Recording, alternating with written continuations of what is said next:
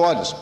No fim do século XIX, com as profundas mudanças consequentes à abolição da escravatura e à proclamação da República, éramos um gigantesco e despovoado país, com as fronteiras expostas a invasões e conflitos.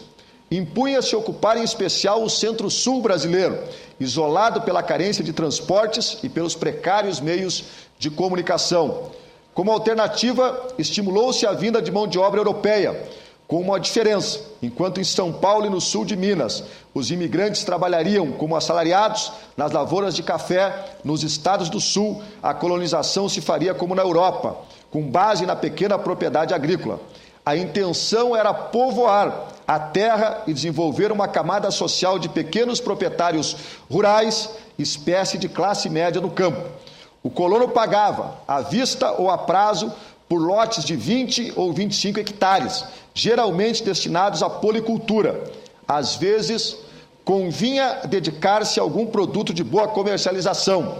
As colônias italianas, por exemplo, acabaram por especializar-se no cultivo da uva e na produção do vinho. Autêntico mosaico de etnias, nas primeiras décadas do século XX, o sul brasileiro viu a colonização alemã, no começo mais numerosa, deixar-se por pouco a pouco superar por imigrantes italianos e poloneses. Se as nacionalidades se diferiam, a condição social era quase sempre a mesma: pequenos agricultores, arruinados ou camponeses à procura de uma vida melhor.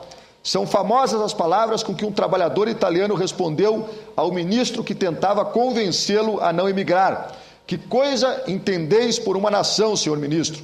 É a massa dos infelizes?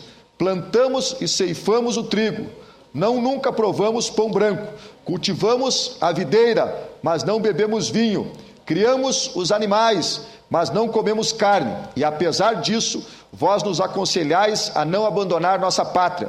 Mas é uma pátria a terra em que não se consegue viver do próprio trabalho?"